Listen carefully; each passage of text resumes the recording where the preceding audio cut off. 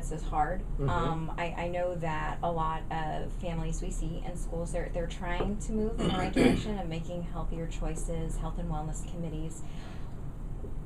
Can you tell us a little bit from what you see? We go into schools and there's still donut day and candy bar fundraisers and cupcakes in the classroom for celebration instead of extra recess or stickers.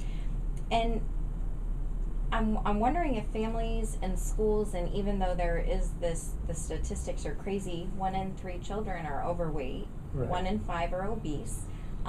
Do people not understand the severity of consequences if they don't change habits, like you said, develop better nutrition, learn how to eat and shop healthy? When they come to you, is there, I know you said a lot of factors play into it psychologically as well, and there are bad habits there.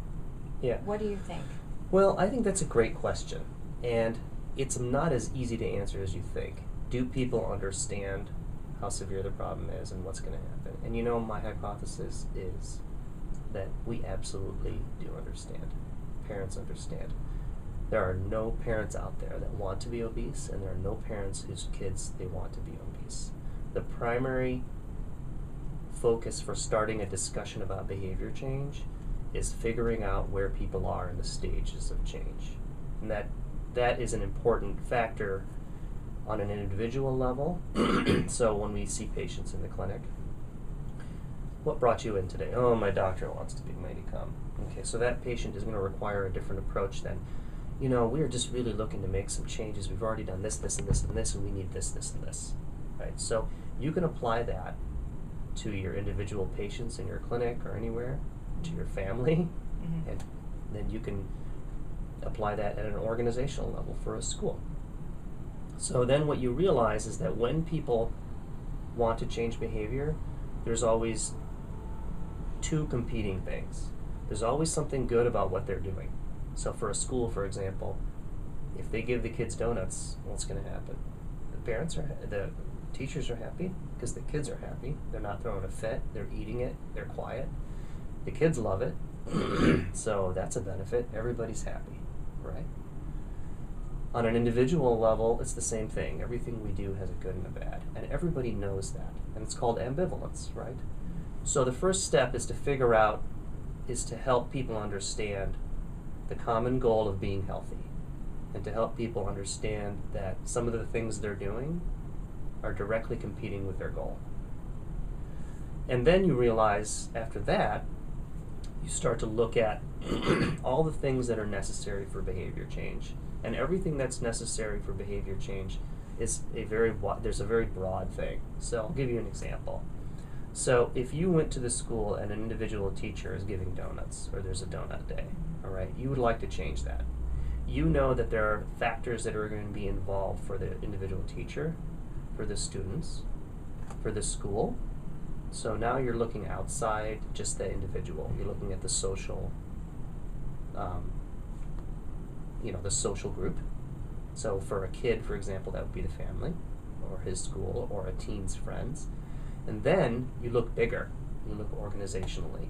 So if you want to tackle donut day at school, what you first should realize is that the organization is not wanting for education.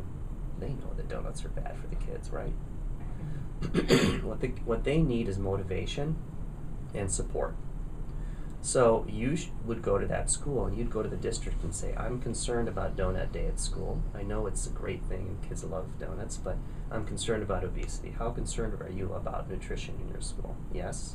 Good. So you would realize that you would have to change, for example, the district's policy. Why does the school district you're having needs a nutrition, health and wellness policy, right? Do they have one? Yes. Okay, does it address snacks in the school? There have to be standards for that. And that's something that's still being developed in Right. several schools. But I think that the people who are in charge of it struggle because, like you said, it's the child is involved, the teacher is involved, the parent. Right. It's so many. Right, but if you want to change behavior, you have to address the individual factors, the social factors, and the policy environmental factors. And that applies to a kid in their family. So the family, for example, our psychologist works a lot with family on structure and rules. Okay? For example, like I said about snacks, the rule in my home with my kids is that there's one snack period a day and then the kitchen's closed. That rule, that policy, will help support the goals of the child, which are to reduce calories, right? So in the school, a policy that says, okay, that's agreed upon by all involved parties, teachers, district level, parents, everybody. Our nutrition policy for schools states the following: there should be standards for snack activities and rewards in schools. These include no junk food or foods with excessive amounts of added sugar, excessive fat, stuff like that. The following items, for example, would qualify: donuts, cookies, baked goods, except for special occasions and birthdays. A policy that's simple like that, and then you say, this is the policy, this is what we want to do, let's try to support that, and let's try to come up with alternatives for these kids.